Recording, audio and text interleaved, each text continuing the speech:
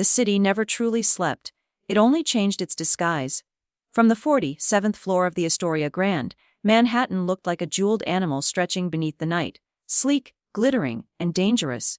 Luca Romano stood before the glass wall and watched it breathe.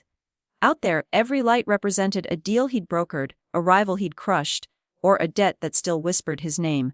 He adjusted the cuff of his black tuxedo, the fabric smooth against his wrist, the motion automatic. Tonight wasn't about celebration, it was about control. The senator's charity gala was merely a reminder to the rich that their comfort existed because he allowed it. Luca didn't need a crown, his power was measured in silence. The kind that made other men swallow their words when he entered a room. Inside the ballroom, champagne laughter floated like perfume over the low thrum of a jazz quartet.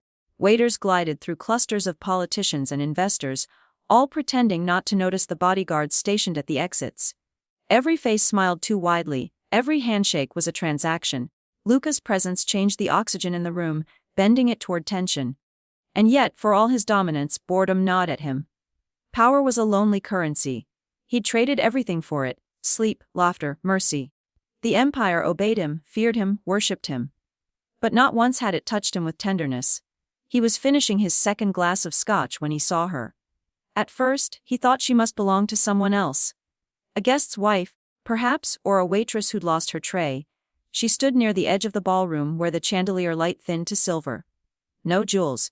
No practiced posture. A simple blue dress that brushed her knees. Soft curls escaping a modest bun. Her hands twisted the strap of her clutch like she was preparing to run. The sight of her jarred him. Not because she was the most beautiful woman there, though she was, but because she looked real. Everything else in that room was lacquered and false, but she carried quiet like a secret language. Luca set his glass down and dismissed his guards with a flick of his fingers. The crowd parted instinctively as he crossed the floor, fear and curiosity forming a corridor before him. He had no plan, no strategy, only the strange pull of curiosity that felt almost dangerous. When he reached her, he spoke softly, as if raising his voice might break the spell. "This party's too loud," he said. She turned, startled. Her eyes met his, gray with flecks of green, wide and uncertain. "I was just thinking the same thing," she answered. Her voice was unpolished, musical, nothing like the brittle tones of socialites. He smiled, a rare, genuine curve of his mouth. "Then maybe we're the only honest ones here." She tilted her head, faint amusement softening her nerves. Honest about what? That none of this matters. For the first time in months, laughter, his own, escaped him. It sounded foreign, almost fragile. They found a small table near the terrace doors where rain streaked the glass like silver threads. She introduced herself. Ellen Thompson, florist, Brooklyn. She admitted a friend had dragged her here, insisting she needed to see how the other half lives. "And what do you think?" Luca asked. "I think I prefer petals to diamonds," she said. "Flowers die honestly. People don't." The simplicity of it unsettled him. No one spoke to him that way. Everyone lied, curved their sentences around his power. But she offered truth like a gift she didn't know was priceless. When he asked what kind of flowers she liked best, she answered without hesitation: "Sunflowers. They always face the light, even when it rains." He looked at her the way a starving man studies bread. He lied about himself, of course. Said he worked in international trade. She smiled faintly. "You don't look like a man who sells things," she teased. "You look like someone who owns them." The words hit closer than she could guess. He wanted to tell her everything, that he owned half of Manhattan's silence, that men disappeared for disobeying him, but he couldn't. Not yet. Hours blurred. The music softened. The ballroom shrank until it felt like the world had narrowed to two voices and the rhythm of rain. When she finally rose to leave, he stood too, surprising himself with the impulse. "Can I walk you out?" he asked. She hesitated, then nodded. "All right." Outside, the night smelled of wet asphalt and roses. The rain had gentled to a mist that jeweled her hair. She lived, she said, only a few blocks away. "You could come in for coffee if you'd like." It wasn't seduction. It was politeness, innocence. But the invitation landed in his chest like a fuse catching flame. Her apartment was small but alive. Plants climbed the window frames, fairy lights traced the walls. A faint scent of lavender lingered in the air. "It's beautiful," Luca said, meaning it. "It's simple," she replied, hanging her coat. "But it's mine." He studied her for a long moment. Simple, he murmured, it's underrated. She laughed softly, a sound that felt like mercy. The thunder outside rolled again, low and distant. When their eyes met, the air shifted. Every instinct he had, every rule about control fractured. Ellen, he whispered, stepping closer. Yes? If I kiss you now, will you stop me? Her breath trembled. No. The kiss tasted of rain and something he hadn't known in years. Hope. Her fingers brushed his collar, his hands found her waist. It wasn't hunger, it was discovery. The world narrowed to heartbeat and breath. When they finally pulled apart, she rested her forehead against his. I don't usually do this, she whispered. Neither do I, he admitted. And it was true. He'd touched 100 women, but never like this, with reverence. Hours later, the storm calmed. She slept against his chest, her breathing steady, her hand curled over his heart. He watched her in the dim light, memorizing peace like a crime. And then, guilt, a stain of blood on the sheets. He froze. She had been untouched. In a world built on sin, her innocence felt like a holy thing he'd desecrated by accident. He dressed silently, the weight in his chest unfamiliar. On the kitchen counter he found a notepad, wrote a number, and beneath it, one word, mine.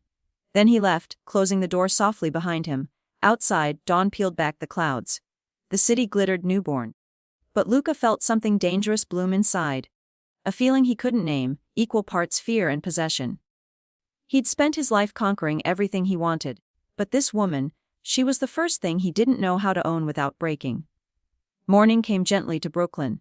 Ellen woke alone, the sheets cool, the room filled with the scent of last night's rain. For a heartbeat, she thought it had been a dream, the laughter, the tenderness, the man whose touch had felt both forbidden and safe. Then she saw the note. A phone number. A single word, mine. Her stomach tightened. It should have thrilled her. Instead, it frightened her.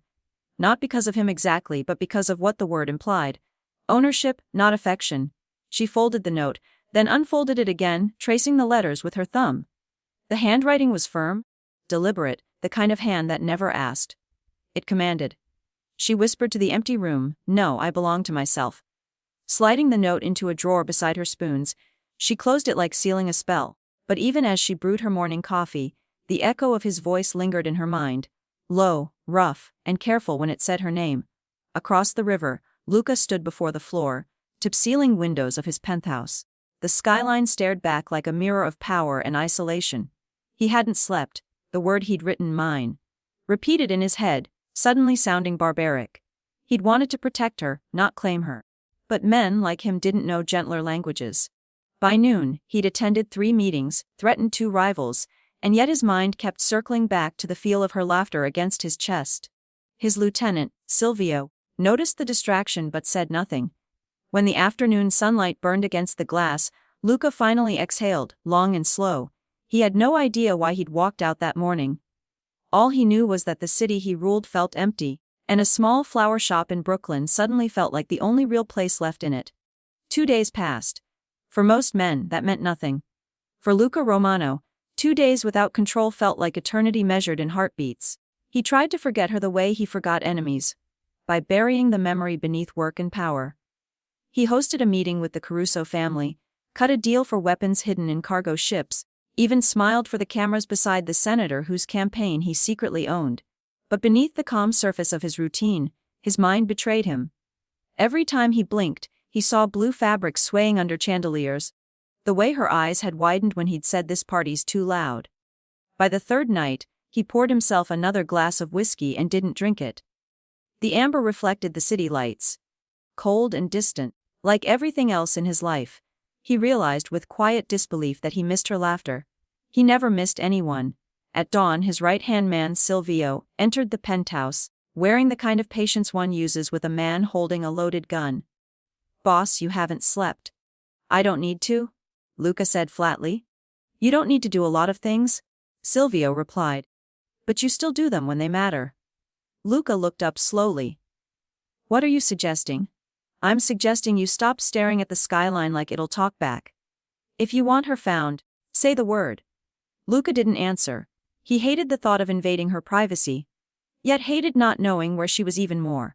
Finally he said, her name's Ellen Thompson, she works with flowers. Silvio blinked once, carefully hiding his surprise. Flowers. Brooklyn. Find her. He didn't add don't scare her. He didn't have to. Silvio had been with him long enough to know the line between protection and threat. It took less than 12 hours. That evening Silvio entered the office with a manila folder. Bloom and Vine, he said, placing it on the table. Small flower shop on Bedford Avenue. She lives alone, walks to work.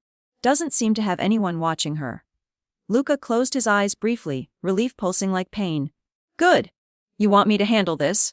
No, Luca said. I'll handle it myself. Silvio didn't argue. He simply muttered, God help her, under his breath as Luca reached for his coat. The drive to Brooklyn felt longer than any business trip. The city looked different from behind tinted glass, smaller, humbler, alive. Children darted across streets with balloons, couples argued about groceries. None of them would recognize the man in the back seat as the ghost who ruled them. When the car stopped in front of a modest green storefront, Luca hesitated. The sign above the window read Bloom and Vine, hand-painted in soft cream letters. Inside, flowers spilled over wooden crates. Violets, roses, sunflowers tilted toward the light. The simplicity struck him harder than opulence ever had. He stepped out into the cool air, the bell above the shop door chiming brightly. Too innocent a sound for a man like him. Ellen stood behind the counter, tying a ribbon around a bouquet. She didn't notice him at first. Her hair was pinned loosely, a strand brushing her cheek. She hummed under her breath, something slow and tender, a tune that made the whole room seem softer. When she finally looked up, the bow slipped from her fingers. For one breathless second, she froze. Then her eyes darkened with recognition and something like fear. Luca, she whispered. He wanted to hear his name from her lips again, but not like that. Not with the tremor that said you shouldn't be here. I needed to see you, he said quietly. This is my shop, she replied, voice thin but steady. My life. You shouldn't. I know, he interrupted gently. I won't stay long. The shop was small, warm, fragrant with life. It smelled like everything he'd forgotten existed. He felt like a wolf standing in a garden. Ellen stepped around the counter, her apron still dusted with pollen. Why are you here? He hesitated. Because I can't stop thinking about you sounded too dangerous. Because I don't understand why you matter this much sounded too honest. Instead, he said, I left too quickly that morning. She folded her arms. You didn't just leave, Luca. You vanished. No note except one word that made me feel like something you'd purchased. His jaw tightened. That wasn't my intention. Then what was it? He exhaled slowly, struggling with the truth. Protection. In my world, words are warnings. Possession means safety. In my world, she said quietly, it means captivity. The silence that followed was heavier than any negotiation he'd faced. Finally, he said, I came to say I'm sorry. Her expression faltered. Do men like you even know how to apologize? He almost smiled. No. But I'm learning. Something softened in her eyes then, not forgiveness, not yet, but curiosity. Do you want to buy flowers? She asked after a moment, trying to diffuse the air between them.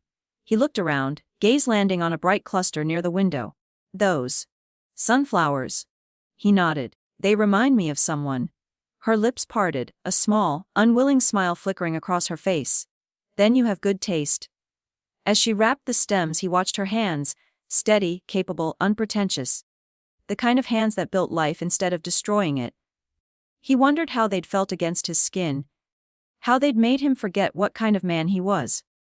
When she handed him the bouquet, their fingers brushed. The contact was brief but electric. Thank you, he murmured. Don't thank me, she said softly. Just don't bring storms into my shop.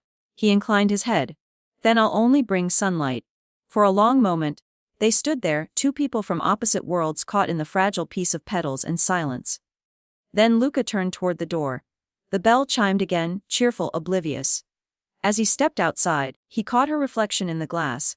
Watching him, eyes wide with confusion, maybe something more. He didn't look back. That night, Ellen sat in her apartment long after closing. The sunflower bouquet stood on her table, bright and impossible to ignore. She traced a petal absently, her heart an uneven rhythm of longing and fear. Why had he come back? What kind of man carried danger like perfume yet spoke to her, as if she were the only real thing in his world? She tried to convince herself it meant nothing. That he was just another stranger who wanted what he couldn't have. But deep down she knew better. The way he looked at her wasn't hunger, it was recognition, Outside, thunder rolled again, distant but certain. And in a penthouse across the river, Luca stood at his window, the bouquet of sunflowers beside him on the marble table. Their yellow faces glowed against the dark, stubbornly bright. He didn't know why he'd kept them, only that their presence eased the storm inside him. He picked one up, twirled it between his fingers, and whispered to the empty room, "Always face the light, even when it rains." Then, quietly, he smiled. The next morning broke gray and heavy, as if the clouds themselves were reluctant to wake. Ellen rolled over in bed, listening to the rain that whispered against the window. The city's hum usually comforted her, but today it felt watchful. She thought she had dreamt the day before. The tuxedoed stranger in her shop, the sunlight on his dark hair, the way his voice had seemed to reach straight through her defenses.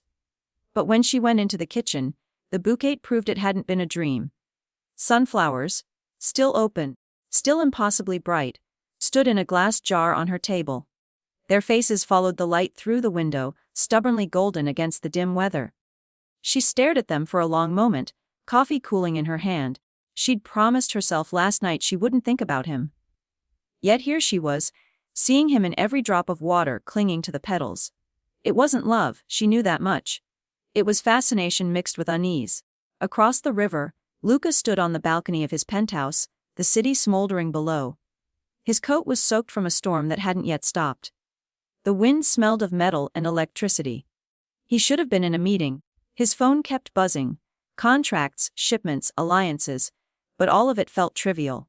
Because he couldn't forget the look in her eyes when she'd said, "Don't bring storms into my shop." He had walked into her world like thunder and expected her not to flinch. The realization unsettled him. For a man who built empires on fear, he'd never learned how to approach gentleness. Nero, the black cat who'd made himself emperor of the penthouse, jumped onto the railing.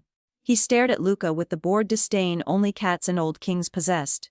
"Don't judge me?" Luca muttered. Nero blinked slowly, unimpressed. Luca sighed, rubbing a hand over his jaw. "Fine, I'll give her peace." But he didn't believe his own promise. At Bloom and Vine, Ellen tried to lose herself in work. She restocked lilies, wiped the condensation from glass vases, hummed softly to calm her nerves. The scent of wet earth and eucalyptus filled the shop, her kind of sanctuary. Her co-worker, Jules, burst through the door 10 minutes late and dripping from the rain. "Brooklyn weather's out for blood," Jules announced, shaking out her umbrella. "You look like you saw a ghost." "What happened?" Ellen forced a smile. "Nothing. Just didn't sleep." "You, the queen of 8-hour naps." Jules leaned against the counter, narrowing her eyes. "You met someone." Ellen's hands stilled around a bouquet. "That obvious?" Jules grinned. "Completely." "Spill." And Ellen hesitated, choosing her words carefully. "He came into the shop yesterday. Older. Quiet. Dangerous maybe, but polite. The kind of man who doesn't fit anywhere. Dangerous and polite. That's not a combination, that's a warning label." Ellen laughed despite herself. "You're not wrong. Are you going to see him again?" "No," Ellen said quickly. "Too quickly?" "Good," Jules said, but her tone softened. "Because I know that look. It's the one you get before you decide to save someone who doesn't want saving." Ellen went silent. Outside, the rain intensified, drumming against the awning like a heartbeat. That evening, Luca found himself driving again without destination. His driver said nothing. He'd learned long ago that silence was safer. When the car reached Bedford Avenue, Luca almost told him to turn around. Almost. Instead, he said, "Stop here." The shop was closed. Only the faint glow of a lamp inside revealed the outline of Ellen rearranging a display. She looked peaceful, unaware that she was being watched. He told himself he was just making sure she was safe. That's what men like him always told themselves before crossing a line. A noise snapped him from his thoughts. The harsh sound of tires against wet pavement. A van slowed across the street, windows too dark to see through. It lingered, then rolled away. Luca's instincts sharpened instantly. Too deliberate. Too curious. He'd lived his life reading danger like weather, and this felt like a storm brewing. He reached for his phone. "Silvio," he said when the line clicked. "Put someone on Bedford Avenue tonight. Unmarked car. If anyone circles that block twice, I want their license plate before they finish turning." Silvio didn't ask why. He never did. Inside the shop, Ellen finished locking up and slipped into her coat. The storm outside had calmed into drizzle. She looked at the sunflowers in the window, smiling faintly before switching off the lights. She didn't notice the black sedan idling across the street, or the man inside it watching only long enough to make sure she got home safely. 2 days later, the rain returned. Ellen's routine became her shield: open the shop at 9, count the till, tend the plants, close at 6. It should have been enough to forget him, but she caught herself glancing toward the door every time the bell chimed. When it finally rang for real, her pulse betrayed her. He stood there, soaked from the storm, his dark coat plastered to his shoulders, his hair dripping onto the floor. He looked like a fallen statue brought to life. "You're going to ruin my floor," she said, more to steady herself than to scold him. "I'll buy you a new one," he answered, voice rough with rain. "Luca," she sighed, "you can't keep coming here." He took a step forward. "I'm not here for control, Ellen. I'm here because I don't know how to stop thinking about you." She opened her mouth but no words came. The storm outside deepened, thunder echoing down the street. "Why sunflowers?" he asked suddenly. She blinked, caught off guard. "What? You always keep them by the window, even when they're out of season." She hesitated, then said, "Because they always face the light, even when it rains." He studied her quietly, as if the answer mattered more than it should. "Maybe I'm trying to remember how to do that." Her chest tightened. "You talk like someone who's forgotten what peace feels like." "Maybe I have." She wanted to reach out but didn't. A flash of lightning tore across the sky, followed by the rolling crack of thunder that shook the windows. The lights flickered once, then steadied. He looked at her, eyes darker than the storm. "Do you believe people can change?" Ellen swallowed. "If they want to. And if they've already done things they can't forgive themselves for. Then they start with small things," she whispered. "Like keeping promises."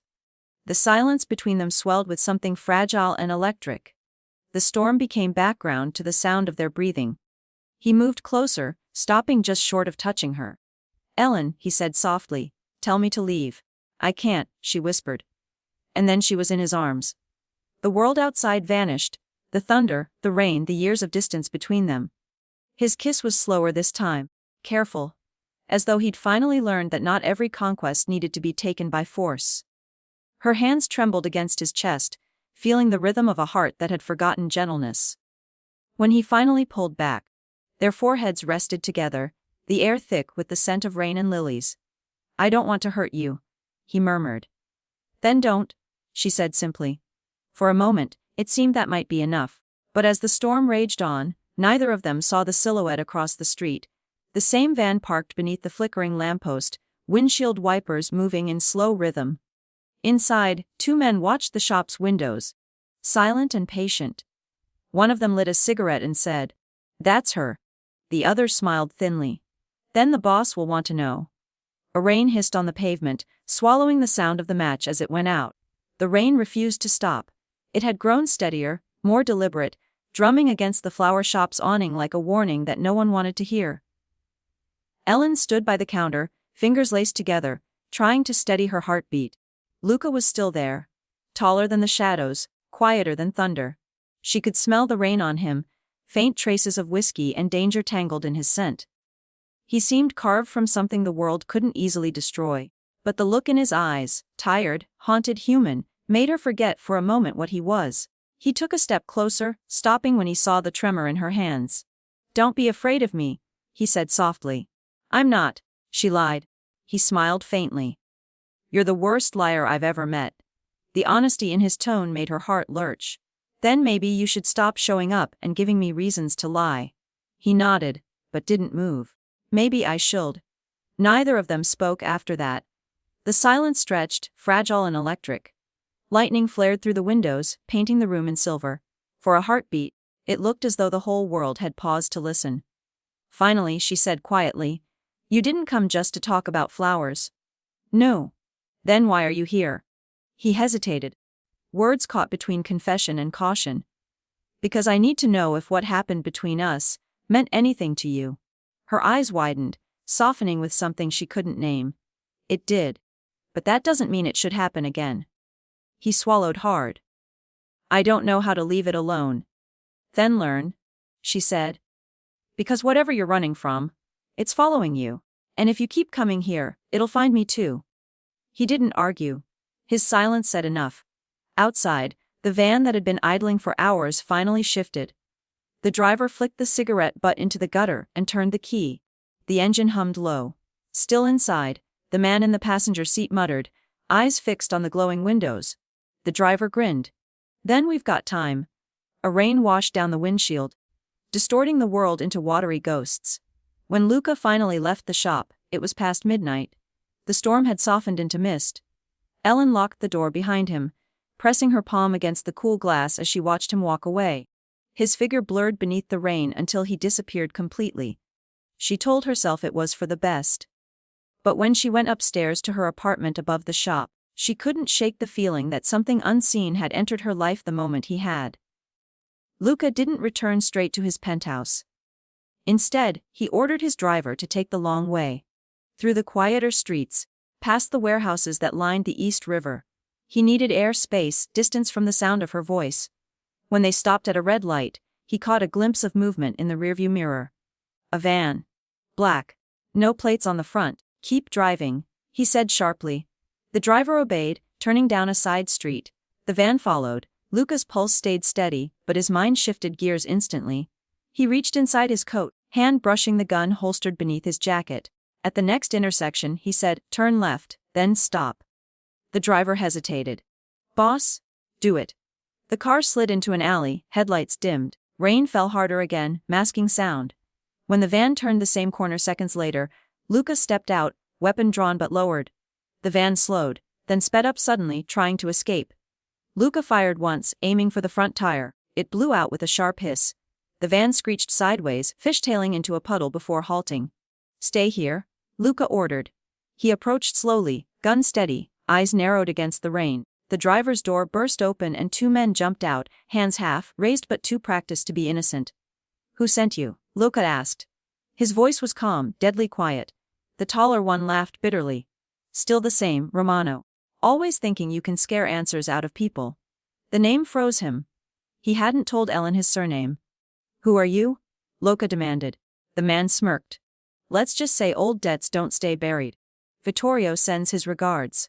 Before Luca could react, the second man threw something, small, metallic, hissing. Smoke exploded between them.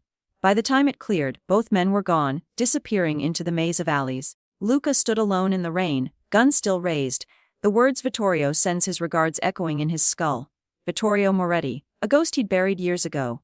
A name that meant blood and betrayal. He holstered his weapon, jaw tightening. If Vittorio was moving pieces again, Ellen was in danger, and she didn't even know why. Ellen woke to the sound of thunder and glass breaking. For a second, she thought it was the storm again. Then she heard the crash of something falling downstairs.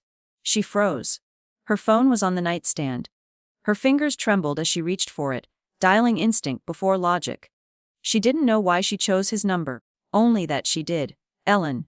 His voice came through at once, low and sharp. There's someone, downstairs, she whispered. I'm 2 minutes away, he said without hesitation. Lock the door, don't move. The line went dead. Her heart pounded so loud it drowned the thunder. She crept to the window. Down below, shadows moved near the shop's back entrance. One of them carried something metallic. Oh God. She backed away, pressing herself against the wall. Then she heard it, the bell above the door, a sound she knew too well. Footsteps followed. Slow. Searching. Ellen, a voice crooned, unfamiliar and mocking. We just want to talk. She clamped a hand over her mouth. The doorknob rattled once, twice. Then silence. Outside, the storm roared. When Luca's car skidded to a stop outside the shop, he was already out before it fully halted. He moved like a shadow, fast, silent, precise. The front door was ajar. He stepped inside, gun drawn, senses slicing through the dark. The shop smelled of damp earth and fear. Ellen, he called softly. A faint whimper answered from upstairs. He climbed the staircase in silence, each step deliberate. When he reached the top, he saw her crouched by the window, clutching her phone, eyes wide with terror. The moment she saw him, her composure broke. They were here, she whispered. 2 men. He holstered his gun and knelt beside her. Did they touch you? She shook her head, tears spilling. No, but they knew my name. His jaw hardened. Then this is my fault. Her hands trembled as he took them gently. Who are they, Luca? He hesitated. People from a world I thought I'd left behind. Tell me the truth. He looked at her then, really looked. Rain streaked the window behind her, catching the flicker of city lights. In that fragile moment, she looked both terrified and fierce. A woman who refused to break even when the world trembled around her. Finally, he said, "My name isn't just Luca. It's Luca Romano. And I'm not in international trade. I run the Romano syndicate." The silence that followed was suffocating. She pulled her hands back slowly, as though touching him burned. "The Mafia," he didn't deny it. Her voice broke. "And I let you into my home." He reached for her, but she stepped away. "Ellen, go," she whispered. "Before whoever they are comes back. I can protect you." "No." Her eyes filled with tears. "I need you to leave before I forget I'm supposed to be afraid of you." Luca froze, every instinct screaming to stay, but something in her voice, pleading resolute, stopped him. He nodded once. "Lock the doors. Don't open them for anyone but me." Then he left. Outside, lightning tore across the sky. The street was empty except for the puddles and the ghost of a black van parked 2 blocks down, engine idling. Luca's car vanished into the rain, but his thoughts stayed behind. He'd told her the truth.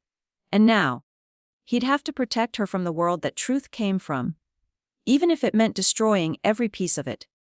Morning found Ellen sitting on the edge of her bed, still in yesterday's clothes, staring at the spot where Luca had stood hours before. The silence in the apartment was unbearable. Even the rain outside seemed to avoid her windows now. She'd locked the doors, checked them twice, then checked again. Yet she didn't feel safe. She wasn't sure what frightened her more, the men who had broken into her shop, or the man who had saved her. When she finally forced herself to move, her legs felt unsteady. She went downstairs, every step echoing through the empty shop. The floor was wet where the door had been forced open. A few vases lay shattered, petals scattered like bruised confetti across the tiles. Ellen crouched and gathered what she could, sweeping the stems into a bucket. The sight of the sunflowers, still upright amid the wreckage, made her throat tighten. She whispered to the flowers, voice trembling, "You're too stubborn for your own good."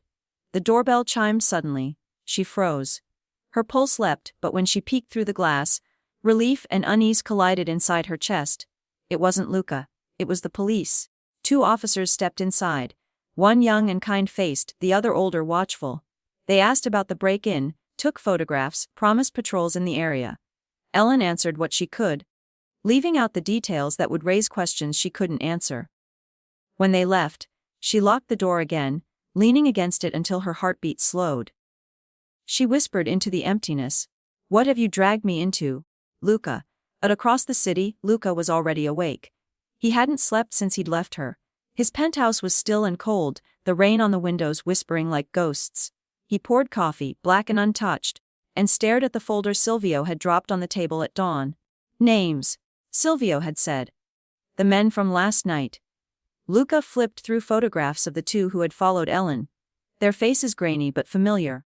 Both had once worked under Vittorio Moretti. Both were supposed to be dead. He clenched his jaw. "Vittorio's moving again." Silvio nodded. "Word on the street is he's rebuilding what's left of the Moretti crew. Smuggling routes. Weapons. Somebody's bankrolling him." Luca leaned back in his chair, expression unreadable. "And he sends his dogs after a florist." Silvio hesitated. "Maybe it wasn't about you." Luca's eyes flicked up. "Explain." Silvio slid another file across the table.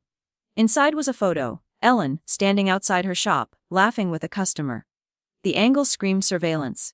"She's not just a target," Silvio said quietly. "She's leverage." The room seemed to tilt. For what? For blood, boss, for history.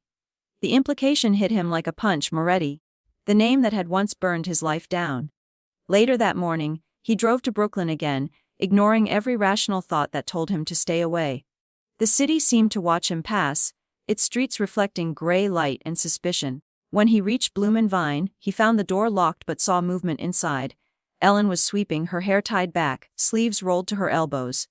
Ordinary, careful, perfect. He knocked once. She looked up, eyes widening. For a second, she didn't move. Then she came to the door but didn't open it. "Go away, Luca." He spoke through the glass. "I need to make sure you're safe. I don't want your kind of safety." "You already have it, whether you want it or not," he said quietly. "Those men weren't thieves. They were looking for you." Her hand faltered on the doorknob. For me. Yes. I think they were sent by someone named Vittorio Moretti. The color drained from her face. She opened the door a crack. What did you say? Do you know that name? Her voice came out as a whisper. He's my father. Luca went still. Every sound around them seemed to vanish, the traffic, the rain, even his heartbeat. He stepped back, stunned. Your father? She nodded slowly, eyes shining with disbelief and fear. I changed my name years ago. I ran, I wanted nothing to do with him. Luca's mind raced through a decade of war, betrayal, blood spilled in alleys, and the one name that always surfaced in the dark, Vittorio Moretti. The man who had ordered the hit that killed his brother. He laughed once, bitterly. Of all the people in this city. Ellen's voice broke. You think I knew? You think I planned this? He shook his head, forcing calm into his tone. No. But it changes everything. Her eyes filled with tears. Then go. I don't need your pity or your protection. You have both anyway. Stop pretending this is about me, she said, stepping fully into the doorway now. This is about revenge. You'll use me to get to him. Luca stared at her, anger and longing twisting inside him. You think I'd use you? I don't know what you'd do, Luca. I don't even know who you are anymore. For a moment he couldn't breathe. He had faced assassins and traitors without flinching, but this woman's doubt cut deeper than bullets. He lowered his voice. I don't want to hurt you, Ellen. But I can't pretend your father won't. He's already found you once. She pressed a trembling hand to her mouth. Then what do we do? He hesitated, only a heartbeat. You come with me. She shook her head. No. This is my home. It's a target now. I'm not running again, she said fiercely. I spent years trying to be someone else. I won't disappear because of him. He admired the strength in her voice even as fear for her coiled inside him. Then let me protect you here, he said. I'll post men nearby, quiet ones. You won't notice them. Ellen exhaled shakily. And if I say no, he smiled sadly. Then I'll do it anyway. For a long moment they just looked at each other. Two people standing on opposite sides of a history neither had chosen. Finally she whispered. I don't know whether to thank you or hate you. Do both, he said softly. They're the same thing in my world. That night, Ellen couldn't sleep. Every creak of the building felt like a footstep. Every gust of wind sounded like someone whispering her name. She tried reading, tried music, but her thoughts kept circling back to Luca. His confession, his haunted eyes, the impossible coincidence of their lives. When her phone buzzed on the nightstand, she nearly screamed. A message: lock your windows. Don't open the door. She rose and checked each latch. The rain had returned, pattering against the glass like fingertips. She tried to imagine what his world must look like. The wars fought in alleys, the codes, the fear. And yet, against reason, she felt safer knowing he was somewhere out there watching over her. Across the street, in a black SUV parked beneath the flickering streetlight, Luca watched her apartment window until the light inside finally dimmed. Silvio sat in the passenger seat, arms crossed. You're getting reckless, boss. I'm getting protective. It's the same thing, Silvio muttered. You can't guard her and fight Moretti at the same time. One of them will kill you. Luca's gaze didn't leave the window. Then I'll make sure it's me first. The older man sighed, rubbing a hand over his face. You can't save people like her from this world. It always drags them down. Maybe, Luca said quietly, but she makes me want to believe otherwise. Outside, the rain softened to a whisper. For a moment, it sounded almost like peace. By the time dawn touched the rooftops, Ellen had given up on sleep. The city was gray and silent, the kind of morning that felt more like aftermath than beginning. She stood by the window, arms wrapped around herself, watching the street below. Somewhere out there, she knew Luca was still awake. Watching. Protecting. The thought both comforted and terrified her. She told herself she didn't need him, that she'd survived years without anyone. But the truth gnawed at her last night, when he'd appeared in the doorway like a storm answering her fear. She'd felt safer than she had in years. She hated that feeling. Because safety, when it came from someone like him, was just another form of danger. At noon, she opened the shop again. The damage from the break-in had been cleaned, the glass replaced. She forced herself to work, to smile at customers, to pretend that life hadn't shifted on its axis. But every time the bell over the door rang, her body tensed. Every unfamiliar face made her heart stumble. When the mail arrived, she jumped at the sound of the slot. Inside the pile of envelopes, one caught her eye. No return address, her name written in perfect ink. She tore it open carefully. Florists should be careful what seeds they plant. Some flowers attract predators. No signature. Her hands went cold. The front door creaked open behind her. She turned too fast, heart leaping. Only to see Luca framed against the light, raincoat still dripping. She let out a shaky breath. You can't keep doing this. He stepped closer, expression unreadable. What's wrong? She handed him the note. His jaw tightened as he read. Where did this come from? The mail. He folded it once, slid it into his pocket. You didn't touch anything else? No. Good. He scanned the shop with eyes trained to find threats in shadows. You need to close early today? Alan's temper, pushed to its limit, flared. No. I need to live my life without men with guns and enemies who don't even know me. He turned to her slowly. They know you now. That note isn't a threat. It's a promise. Her anger cracked into fear. From who? My father? Maybe, he said. Or someone who wants to hurt him through you. She sank against the counter, burying her face in her hands. I just wanted a normal life. Flowers. Peace. That's all. Luca's voice softened. You will have it again. She looked up at him, eyes glistening. How can you promise that? Because I'll make it so. There was a conviction in his tone that should have scared her, but it didn't. It sounded like truth forged from desperation. By evening, rain returned.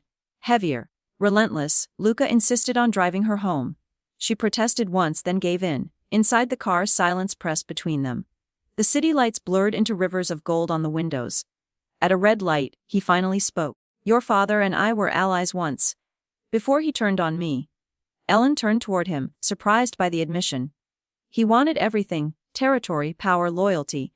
When he realized he couldn't control me, he ordered my brother killed. His hand tightened on the wheel. I returned the favor, or thought I did. But men like Vittorio never stay buried. She listened quietly, the weight of his confession sinking in. And now, he continued, voice low, he's found you. He'll use you to break me, to make me pay for what I took. Ellen's throat tightened. Then let me go. If I disappear, he won't have leverage. He shook his head. He'll find you again. He always does. The light turned green, but neither of them moved. Finally, she whispered. What if I asked you to stay away? He looked at her then. Really looked, as though memorizing her face. I'd say no. Because you can't, or because you won't. Because I won't. Her chest ached with a mixture of fear and something dangerously close to affection. When they reached her building, he parked but didn't move to open the door. Tomorrow morning, Silvio will drive you to my estate outside the city. It's safer there. She frowned. I told you I'm not running. This isn't running. It's strategy. Semantics, she said softly. You're still deciding for me. He smiled faintly without humor. I've been making decisions for other people my whole life. It's a bad habit. And what happens if I say no? He leaned forward slightly. Then I'll stay on the street outside until you say yes. She wanted to be angry, but the exhaustion in his eyes killed the fight in her. All right, she whispered. Just for a few days. Just until I make sure he can't reach you. When she stepped out of the car, she hesitated, leaning down to the open window. Luca? He looked up. Why are you doing this? Protecting me, I mean. Because of my father. Or because you feel guilty. He stared at her for a long moment before answering. Because I can't stand the thought of losing you too. Then he drove away before she could ask what too meant. That night, Luca returned to the penthouse only long enough to gather files and a weapon. He called Silvio, his voice clipped and businesslike again. I want eyes on Vittorio's old contacts, he ordered. Anyone who's met with him in the last year. Start with Ferranti. Silvio hesitated. You think he's planning a comeback? I think he's already made one. There was silence on the line. Then Silvio said, Boss, what if this is exactly what he wants? You chasing him? Luca stared out the window, where the storm blurred the skyline. Then I'll give him what he wants. But on my terms. He ended the call, holstered his weapon, and exhaled slowly. The city looked infinite and uncaring, every light a reminder that he'd traded love for control, and somehow lost both. Ellen barely slept that night. Every sound made her flinch. By morning, she was half convinced that agreeing to leave had been a mistake. But when she saw the same black SUV waiting outside her building, she knew Luca had meant what he said. Silvio was polite, professional. Boss's orders, mem. Just a few days. She nodded, clutching her coat around her as they drove north out of the city. The skyline faded behind them, replaced by the quiet sprawl of countryside and gray sky. The Romano estate sat behind wrought iron gates, surrounded by acres of trees heavy with rain. It was both beautiful and intimidating, like Luca himself. Inside the halls were silent, the air faintly scented with cedar and smoke. "This way," Silvio said, leading her to a guest room overlooking the gardens. "You'll be safe here. Boss'll join you later." When she was finally alone, Ellen walked to the window.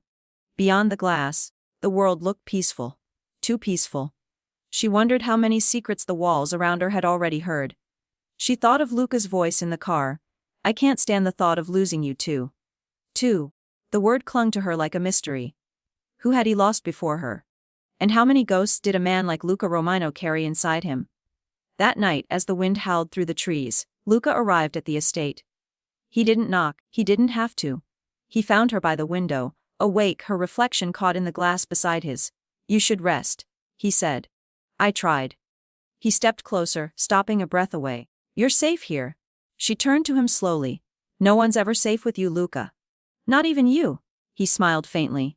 "That's true. But I'm trying." She wanted to believe him. Maybe she already did. Outside, lightning split the sky, illuminating them both in a brief, brilliant flash. Two souls standing in the eye of a storm neither had asked for but could no longer escape. And somewhere far away, in a darkened room lined with photographs and maps, a man watched their images flicker on a monitor. Vittorio Moretti smiled.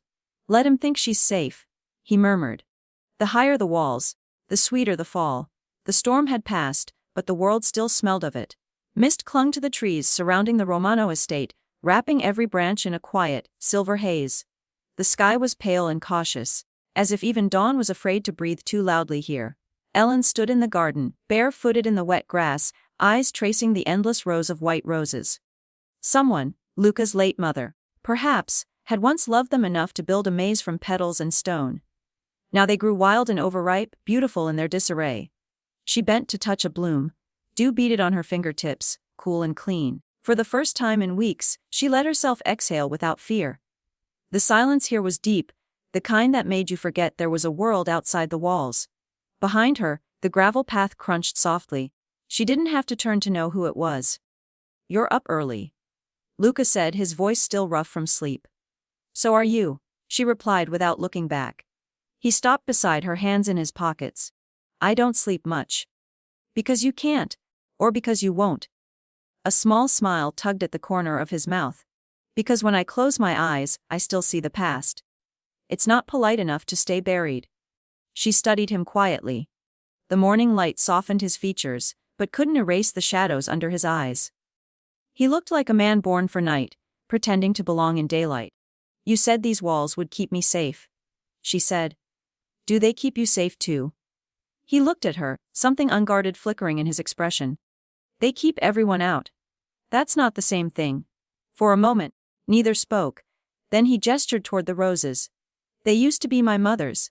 She planted them herself, said they reminded her that beauty survives even where violence lives."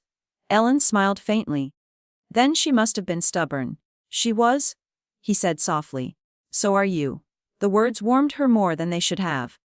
Inside the mansion, breakfast waited untouched. Luca's staff moved quietly, loyal men and women who never asked questions. Silvio sat at the far end of the dining table, reading reports with the wariness of someone who expected bad news. He looked up when Luca and Ellen entered together. "Morning," he said, then to Ellen, "You're settling in all right?" She nodded politely. "Your house is intimidating." Silvio chuckled. "That's the point." Luca shot him a warning look, and the older man cleared his throat, returning to his papers. Ellen poured coffee, her hands steady though her mind wasn't. The night's memories lingered. Luca's voice in the car, his story of revenge, the promise that sounded more like a curse. She sipped the coffee and asked, "What happens now?"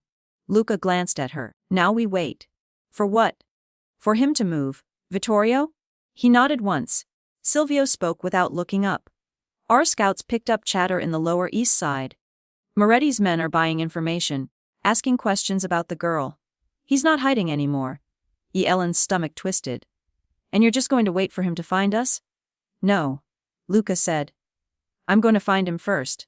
Silvio sighed. I was afraid you'd say that. Ellen set down her cup. You can't go after him alone. Who said anything about alone? Luca answered. She looked at him, really looked, and saw the quiet fury beneath the calm exterior. The kind of anger that could level cities if left unchecked. You think this is the only way? She said softly. But what if he's counting on that? Luca's gaze hardened. You sound like Silvio. She sounds like someone who doesn't want to bury you, Silvio muttered. Luca rose from his chair, ending the argument. I'll handle it. The Ellen reached out, fingers brushing his sleeve. Promise me you'll come back. He hesitated, then covered her hand with his. I'll come back. Always. It wasn't a vow. It was a statement of intent, the kind men like him made when they didn't dare hope for guarantees. The rest of the day blurred. Ellen wandered through the house, its hallways echoing with unspoken stories. Portraits lined the walls, generations of Romanos staring down with proud, guarded eyes. She found herself in the library, surrounded by dust and silence. Books filled the shelves, their spines cracked from use. On a small table lay a photograph framed in silver, Luca, younger, standing beside a man who looked almost identical except for the gentleness in his eyes. His brother. The one Moretti had taken. She traced the edge of the frame. You must miss him, she whispered. I do. She turned startled. Luca stood in the doorway, coat half buttoned, a faint shadow of guilt crossing his face. Didn't mean to scare you. It's all right, she said. I was just looking. He stepped closer, following her gaze to the photograph. That was Marco. He believed the world could be fixed. I envied him for that. And Ellen looked back at him. And you don't believe it anymore? Some days I do, he said quietly. Those are the days you're in them. Her breath caught, but before she could answer, Silvio appeared at the door. The car's ready. Luca nodded once. Stay here. Don't open the gates for anyone but Silvio or me. She swallowed. Where are you going? To end this before it starts. He turned to leave, but she caught his arm. Be careful. He smiled, small, wary, devastating. I've survived worse storms. Maybe, she said softly, but this one feels personal. His expression flickered, something unreadable crossing his eyes. Then he was gone.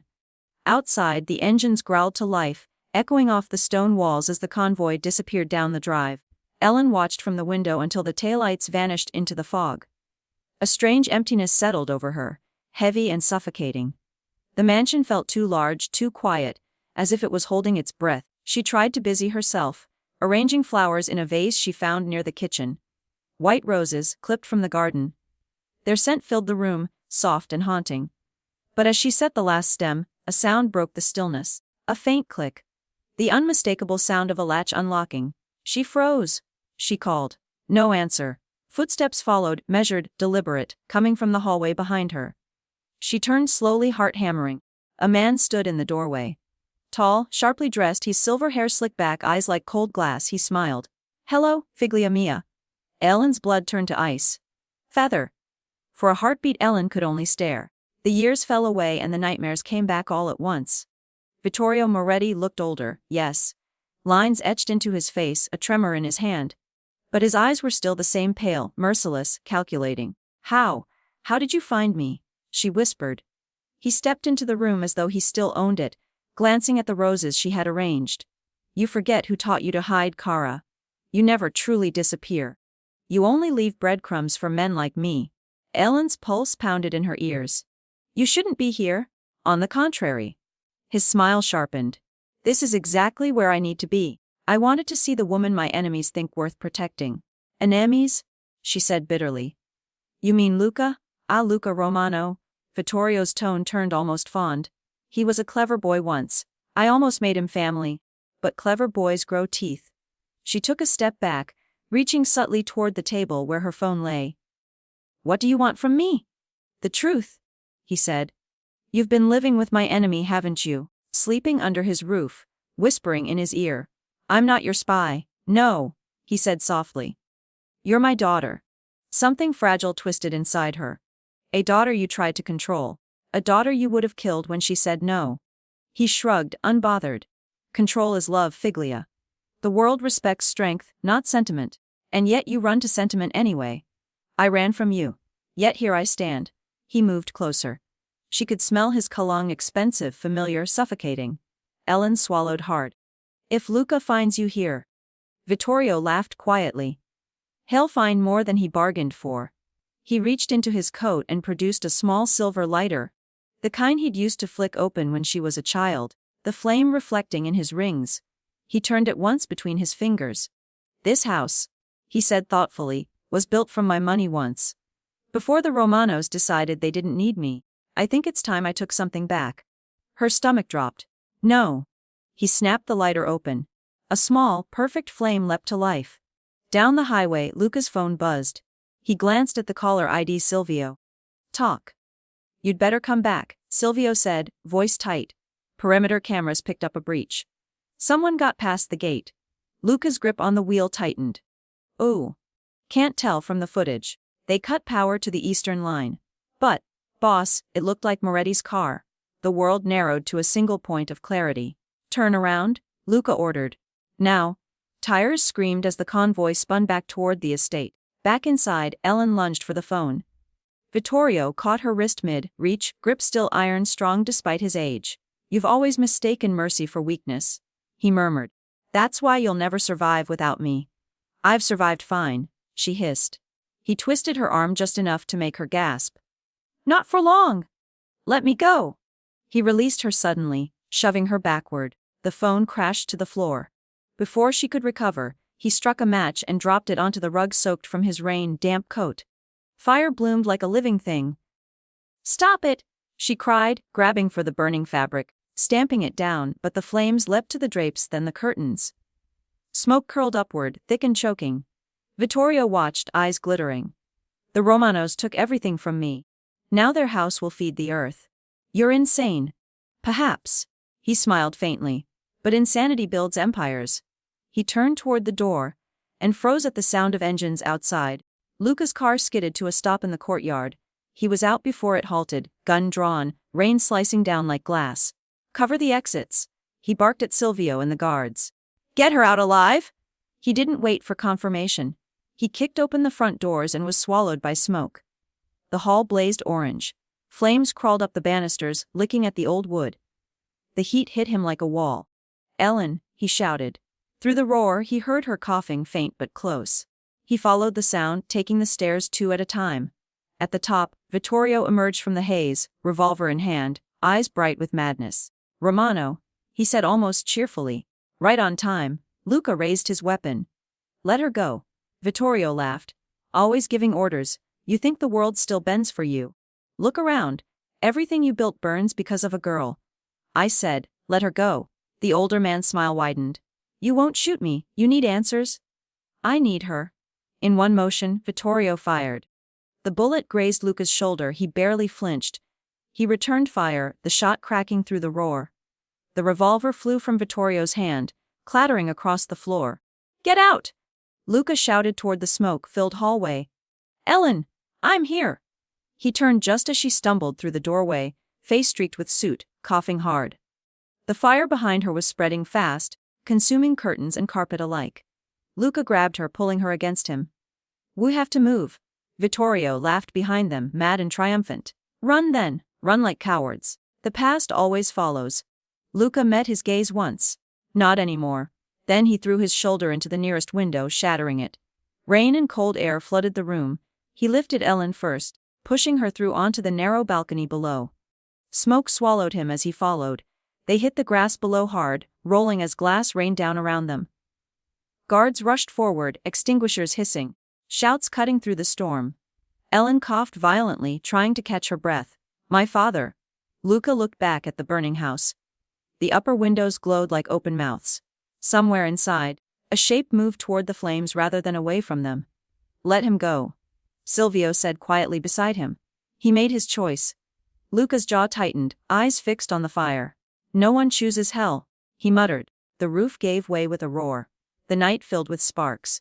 Hours later, the fire was finally out. The mansion's stone skeleton smoked against the dawn. Paramedics bandaged Luca's arm, but he barely noticed. Ellen sat wrapped in a blanket near the fountain, Trembling more from shock than cold, he walked over, crouched beside her. "You're not hurt." She shook her head. "Just smoke." Her voice cracked. "He was here, Luca. He burned it down." "I know." "Did he?" Luca looked toward the wreckage. "They didn't find a body?" She closed her eyes. "Then he's still out there?" "Wes." He reached for her hand. She didn't pull away. "You tried to warn me," she whispered. "I didn't listen." He gave a small, tired smile. "You shouldn't have had to." For a long time, they sat without speaking. The air smelled of ash and rain, of endings and beginnings tangled together. Finally she said, "What happens now?" Luca's gaze drifted toward the horizon, where the first light broke through the clouds.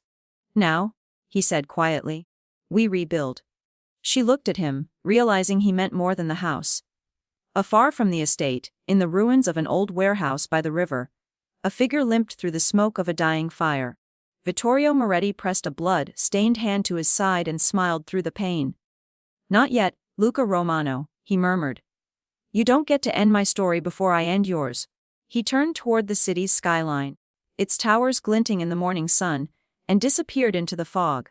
That evening, Ellen stood at the edge of what remained of the rose garden. Most of it was blackened, yet here and there a stubborn bloom had survived. She knelt, brushing soot from a single white petal. Luca came up behind her, his arm in a sling, the smell of smoke still clinging to him. "They'll grow back," he said quietly. She looked up. "So will you." He smiled faintly. "Maybe. You saved me." He shook his head. "You saved yourself. I just refused to let you burn." She reached for his hand, fingers lacing with his. The setting sun painted the garden in gold and crimson, and for a fleeting moment, the world felt still. Ellen whispered, "He's not finished, is he?" Luca's eyes darkened. "No. But neither am I." The night after the fire, rain came again, softer this time, cleansing rather than cruel. Ellen lay awake in the guest room of the smaller wing that had survived, listening to the drops tap against the cracked window. Smoke still lingered in the halls, a ghost that refused to leave. She couldn't stop replaying the scene, the flames rising, her father's eyes alight with fury, Luca throwing her through the shattered window into the rain. It should have felt like salvation. Instead it felt unfinished, like a story still burning somewhere far away. At dawn, she wrapped herself in a coat and stepped outside. The garden was blackened, the air thick with the smell of charred roses. She crouched and found one stubborn shoot pushing through the ashes, its stem thin but alive. "You're impossible," she murmured. "Just like him." Inside, Lucas sat at the long oak table in what had once been the study. His left arm rested in a sling, his right hand turning a single brass casing over and over. A bullet. Polished. Waiting. Silvio stood by the window, a phone pressed to his ear. "Yeah," he said quietly. "We confirmed it. Moretti's still breathing. He's gathering the old names. Ferranti, Russo, the Santini cousins. Word is, he's promising the city back to anyone who'll stand against you." Luca's thumb stilled on the bullet's edge. "He won't get that far." Silvio ended the call and looked over. "You can't fight ghosts with fire, boss. You already burned half your house doing that." Luca gave a humorless smile. "You've been rehearsing that line." "I'm serious. He wants you angry. You can't win this war if you fight it blind." "Then I'll open my eyes wider." Silvio sighed. "And what about her?" Luca glanced toward the hallway. "Ellen stays here." "Protected, protected," Silvio repeated. "You mean locked away? If she leaves, she dies. She's not going to like that." "I don't expect her to." Silvio muttered something under his breath and left, closing the door softly behind him. Luca placed the bullet on the table, centered before him like an unspoken prayer. Its weight was small, its promise enormous. He remembered the message that had come with it. A plain envelope delivered at dawn, no return mark. Inside, the bullet and a note written in red ink. "For every flower you protect, I'll take one petal back. VM." Luca had read it twice, then 3 times, until the words lost meaning and became pure rage.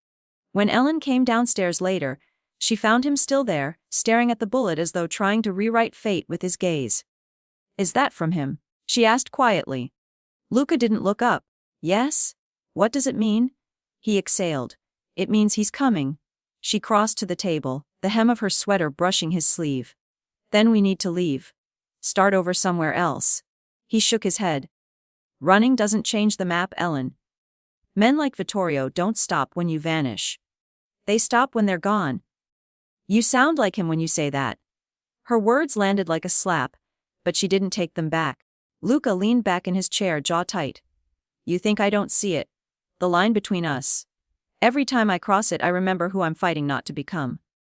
Then stop fighting alone, she said. You're not the only one who lost something to him. He met her eyes. There was steel there now, not defiance, but shared grief. You want to help? He asked. Yes. Then don't get hurt. That's not helping. That's hiding. He almost smiled. You really are his daughter.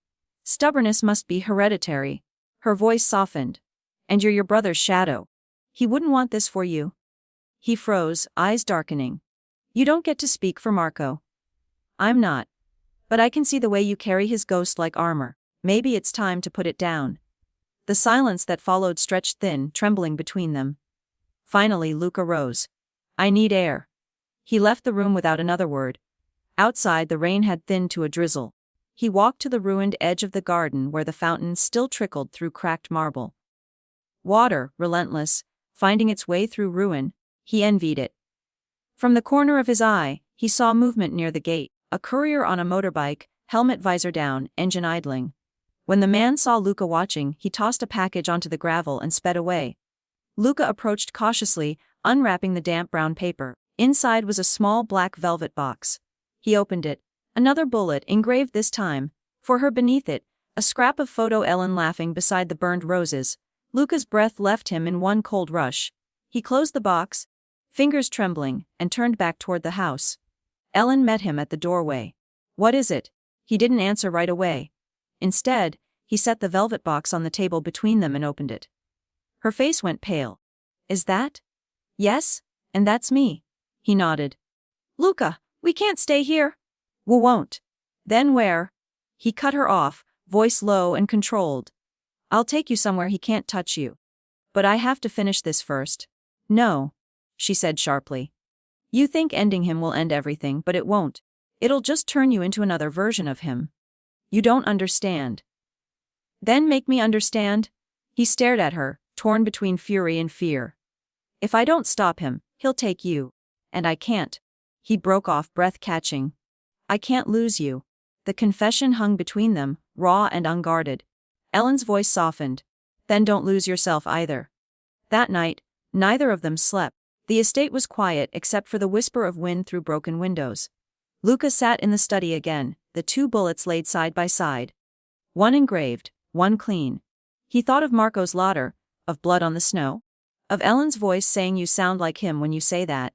And for the first time in years, he hesitated before pulling the trigger on destiny. At dawn, Silvio entered, carrying a folder. We traced the courier. He came from the docks. Warehouse 39, Moretti's men used it once before.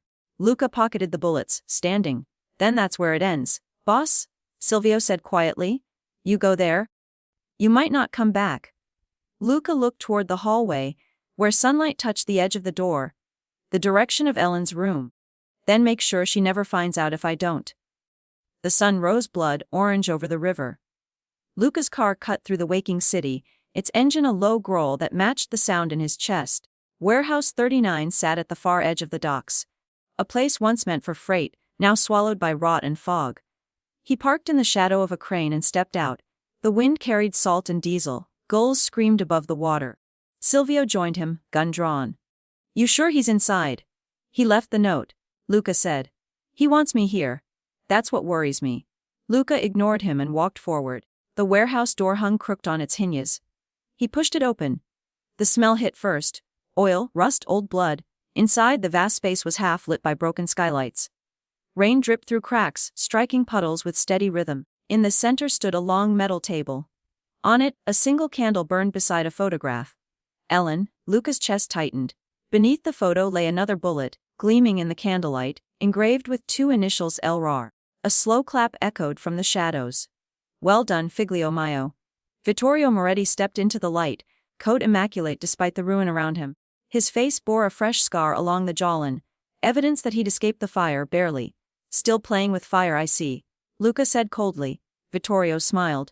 And you, still mistaking love for weakness. This ends tonight. It never ends, the older man replied.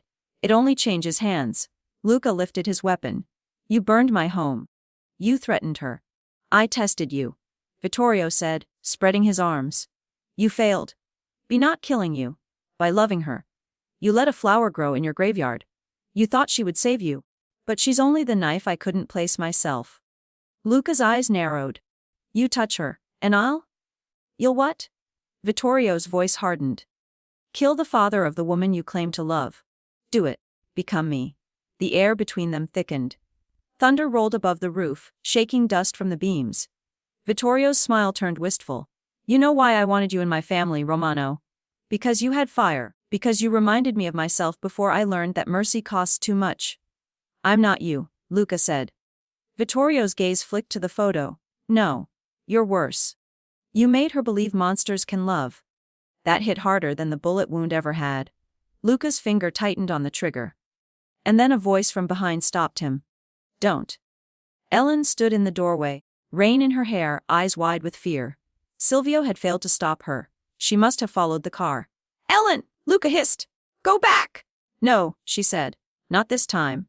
She stepped forward, trembling but unbroken. If you kill him, Luca, he wins. Vittorio laughed softly. You hear that? My daughter quoting saints to sinners. Sweet irony. Ellen ignored him. You said you wanted to protect me. Then don't let him drag you into his hell. Luca's arm wavered. Smoke from the candle curled between them like a spirit waiting to choose sides. Vittorio tilted his head, amused. Listen to her, then. Let her teach you the cost of forgiveness. He reached for something beneath his coat. Ellen saw the movement first. Luca! The gunshot cracked through the air. Luca fired instinctively, the impact threw Vittorio backward. His own shot went wild, shattering glass above them. Rain poured in through the roof. Vittorio hit the ground hard, coughing blood, still smiling. Always the quick one, he wheezed. Tell me, did she ever tell you what she's hiding? Luca froze. What? And Ellen shook her head. He's lying. Vittorio's grin widened. You never wondered why she ran so far. What she took when she left me. The Ellen's voice trembled. Stop it. She stole something from me. He rasped. Nameless. Accounts. My empire's bones. She wanted to give them to the police to destroy me, and you. He coughed, a fleck of red staining his lips. You protected my ruin. Luca looked at Ellen. Is that true? Her eyes filled with tears. Yes, but I was going to turn it in until I met you, and then everything changed. For a moment, the storm outside was nothing compared to the one between them. Vittorio laughed again, weaker this time. See, my legacy lives in both of you. Luca holstered his weapon. You're done talking. He turned to Ellen. Call the police. She hesitated. Luca. Now. When she moved toward the door, Vittorio's voice rasped one last time. You think this ends with me? There are others. The city always needs a king. Luca looked down at him, then let it crown itself. He walked away as Vittorio's breathing faded into silence. Outside, rain fell harder, washing the blood from Luca's hands before it could dry. Ellen stood by the car, phone clutched tight, her face pale. He's gone, she whispered. Yes? What now? Luca looked toward the horizon, where the clouds began to break. Now we decide what peace looks like. She touched his uninjured arm carefully. You can still choose it. He turned to her, rain dripping from his hair. You make it sound simple. It is, she said softly. It's just hard. For the first time that night, he laughed, a short, wary sound that almost felt like relief. They drove back in silence, the city lights reflecting in the wet streets. When they reached the estate's gates, dawn was stretching pale fingers across the sky.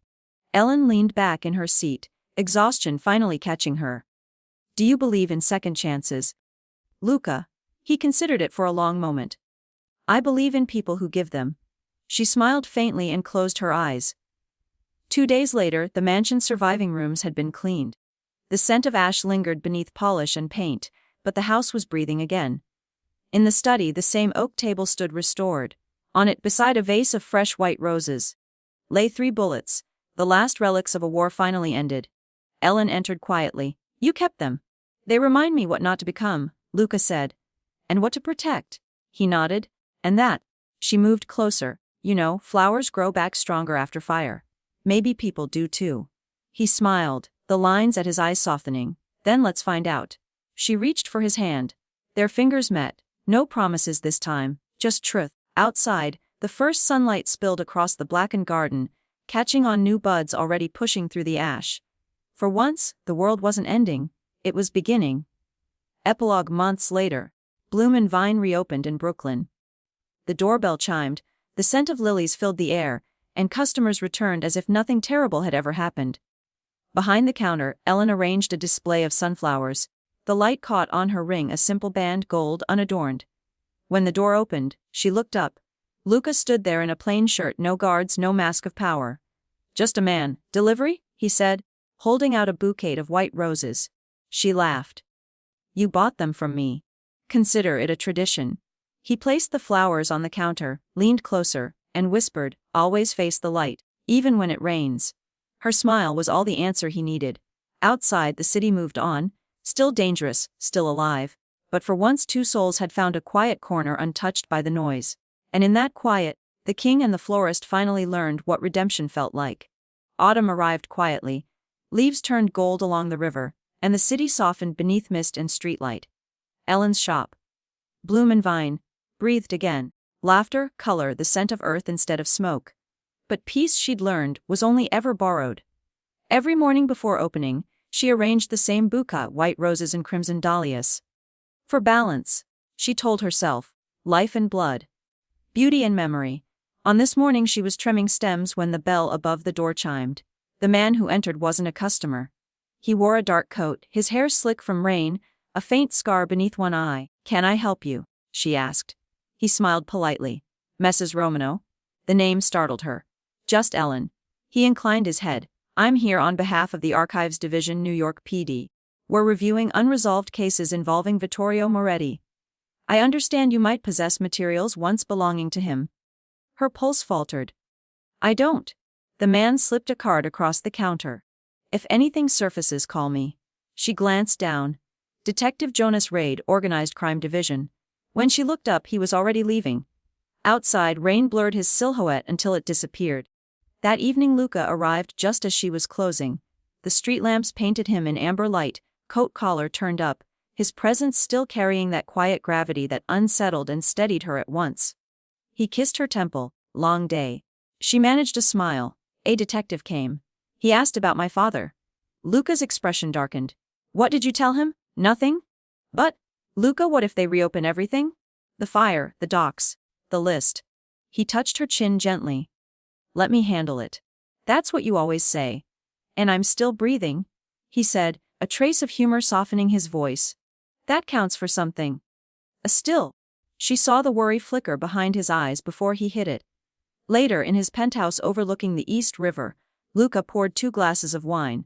He watched Ellen wander to the window, her reflection merging with the skyline.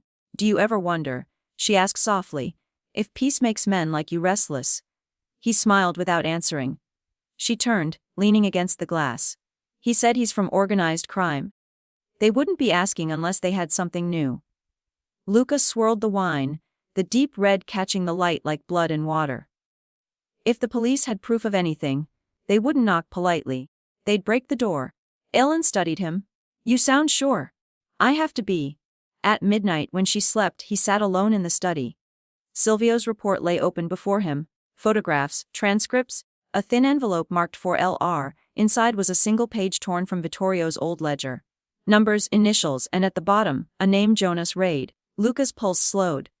The detective wasn't police, he was one of Vittorio's. He folded the paper, slipped it into his pocket, and looked toward the bedroom door where Ellen's shadow moved faintly in the lamplight. He whispered to himself, they're still coming for her. The next morning brought frost. Ellen opened the shop early, wanting to outrun the unease that had returned to her chest. Around 10, a delivery truck stopped outside, the usual florist supplier. She signed for the crates and began unpacking until a small wooden box caught her eye. No label, no invoice. Just her name carved into the lid. Her breath shortened. Inside lay a small vial of dark liquid and a folded slip of paper. Blood tells the truth even when people lie. She nearly dropped it. For a moment she considered throwing it away, but curiosity and dread won. She wrapped the vial in cloth, locked it in her desk drawer, and called Luca. He arrived within minutes. Show me. When she handed him the box, his jaw tightened. Where did this come from? It was in the flower shipment. Silvio examined it, sniffed the rim of the vial. Who man? He said grimly. Typo negative by the color, but Ellen recoiled. Hose. Luca's gaze didn't leave the note. Whoever sent it wants me to ask that question. She pressed a hand to her mouth. You think it's him? My father? Impossible. Silvio muttered. The fire. The warehouse. Luca's voice was quiet. Vittorio never did his own dying, he paid others to do it for him. Ellen's knees felt weak. Then what do we do? Luca looked at her. We find out whose blood that is. They drove to a private lab that night. One of Luca's old contacts owed him favors. The technician accepted the sample without question. Run DNA, Luca ordered, quietly. When they stepped back into the cold air, Ellen exhaled shakily. If it's him. Luca stopped walking. If it's him, I finish it. Completely this time. And if it's someone else. Then we learn who's using his name. She touched his arm. You can't keep solving everything with blood. He looked at her hand, then at her. You're right. But whoever sent this knows what it means to me. That makes it personal. The results came 2 days later. Luca sat across from the technician, Ellen beside him. The man adjusted his glasses nervously. We compared the sample to the DNA on file from the Moretti investigation. And? It's a match? Partially? Luca repeated. The sample shares markers with Vittorio Moretti, but not enough for identity. It's consistent with a direct relative. Ellen blinked. Relative. The technician nodded. Same paternal line. Possibly a child. Ellen stared at the table, color draining from her face. That can't be. I'm his only child. Luca's mind moved like machinery. Unless he had another. The technician cleared his throat. There's more. The markers align closer to you, Miss Moretti, than to him. Suggests immediate kinship. Ellen's voice broke. That blood is mine. Someone got a sample from you, the man said quietly. Recently. Luca's chair scraped the floor as he stood. How? Could be anything. A brush, a glass, a medical file. But whoever delivered that vial wanted you to see it. Ellen whispered, he's still playing games. Back in the car, silence thickened like fog. The city passed in streaks of gray. Finally she said, if it's my blood, what's the message? Luca's grip tightened on the wheel. That you belong to him still. That no matter what we burn, he owns your name, your past. Your very blood. Ellen shook her head. Then he'll have to learn I'm not for sale. He looked at her, admiration shadowed by fear. He'll test that. Be ready. That night she dreamt of the rose garden again. The petals dripping red instead of dew. Somewhere in the distance a man laughed softly, the sound echoing like it came from inside her veins. When she woke, her hands were trembling. On the bedside table lay another envelope, unmarked. Inside a single line of type. The truth sleeps beneath your mother's name. Ellen stared until the words blurred. Her mother had died when she was 8. Or so her father had said. Now she wasn't sure of anything. The next morning broke sharp and cold. Ellen sat at the kitchen table, the envelope beside her coffee. She hadn't told Luca yet, she wanted to believe it was nothing, another ghost trying to claw its way out of the past. But secrets had a smell, and Luca always sensed them. He entered quietly, still in his shirt sleeves, eyes narrowing at once. You didn't sleep. She slid the note toward him. He read it once, twice, then said, your mother. She died when I was 8. Ellen whispered. A car accident. At least that's what he said. Luca folded the paper carefully, as though it might explode. Your father lied about everything else. Why not this? What are you saying? I'm saying if Vittorio wanted to control you, he'd erase the one person who could protect you. Or hide her. The idea struck her like lightning. Hide her. All these years. Money buys graves as easily as houses. He was already pulling on his coat. Get Silvio. We're going to the records office. With the city archives smelled of dust and old rain. Rows of boxes stretched endlessly, each labeled with dates and codes of lives forgotten. The clerk, an elderly woman with thick glasses, looked unimpressed when Luca flashed his identification from one of his cleaner aliases. Family inquiry, he said smoothly. Moretti Isabella, deceased around 1998. She checked her ledger. Isabella Moretti, car collision, Brooklyn Bridge exit, April 14, 1998. Body released to next of kin, Vittorio Moretti. Buried St. Agnes Cemetery. Ellen frowned. St. Agnes was sold years ago. They moved the graves. The clerk nodded. Most went to the memorial ground in Queens. But, she squinted at the page. That's strange. No transfer record for this one. No body. Luca asked. Not listed. He exchanged a glance with Ellen. Where would she have gone? The woman shrugged. Where the living go, I suppose. They drove to St. Agnes anyway. It was overgrown, tombstones half swallowed by weeds. The gate creaked when Luca pushed it open. They found the marker easily. A small marble slab cracked down the middle. Isa Bll Mavrid, Wf An Baar. No dates. Ellen knelt, brushing away leaves. She loved white lilies, she murmured. She said they meant honesty. Luca crouched beside her. Maybe she left you one. Something metallic glinted beneath the roots. He pried at it with his knife until a small tin box came free, rusted but intact. Inside lay a photograph, a young woman holding a baby. Ellen. On the back, in faded ink, if you ever need the truth, follow the glass. Below the photo, a hospital wristband, Isabella Moretti, patient Paye, 1497 St. Lucia Clinic. Ellen's pulse jumped. That clinic closed years ago. Luca smiled grimly. Then it'll be nice and quiet. The clinic sat abandoned on the city's edge, windows boarded, ivy strangling its walls. They forced a side door. Dust swirled through the dim corridors, every step echoed like a heartbeat. Ellen's flashlight beam danced over peeling paint, faded Signage maternity ward. Her voice trembled. What if she's really gone? Luca touched her shoulder. Then we bury her twice, properly. They reached the records room. Most files were water damaged, but a few metal drawers still opened. Luca scanned the tags until he found A1397. Inside was a single envelope marked confidential transferred. He opened it. Within lay a DNA report, old but legible, and a letter. Ellen took it with shaking hands. The handwriting was her mother's, elegant, looping. My dearest Ellen, if you are reading this, it means I failed to take you away. Vittorio found me before dawn. He said you were sick, that I could see you only if I obeyed. I signed papers I never read. They took my blood, said it was to protect the family line. But I heard them whisper about experiments, heirs, replacements. I escaped once, not far enough. If he succeeds, there will be another with my blood. Find the one they called Serena. She carries what he stole from me. Ellen lowered the page slowly. Serena. Luca's brow furrowed. Another child. A clone. Ellen whispered, horrified. Hey, he created someone. Not just someone, Luca said. A contingency. She swayed, gripping the counter. My father made another me. They barely heard the footsteps until a shadow moved in the doorway. A woman stood there, dressed in black, a pistol resting loosely at her side. She looked maybe 25, younger than Ellen, but her face was almost identical. Hello, sister, the woman said softly. Ellen froze. The resemblance was uncanny. Same eyes, same jawline, only sharper, colder. Serena. The woman nodded once. Father sends his regards. Luca stepped forward. I thought he was dead. Serena's smile was almost pitying. He is, and he isn't. What's left of him lives in me. She raised the gun. I need what you took. The ledger. Luca moved subtly, placing himself between them. That book burned. Then you burned your only leverage. Ellen found her voice. Why are you doing this? Because he made me for it. Her voice cracked, pain flickering beneath the steel.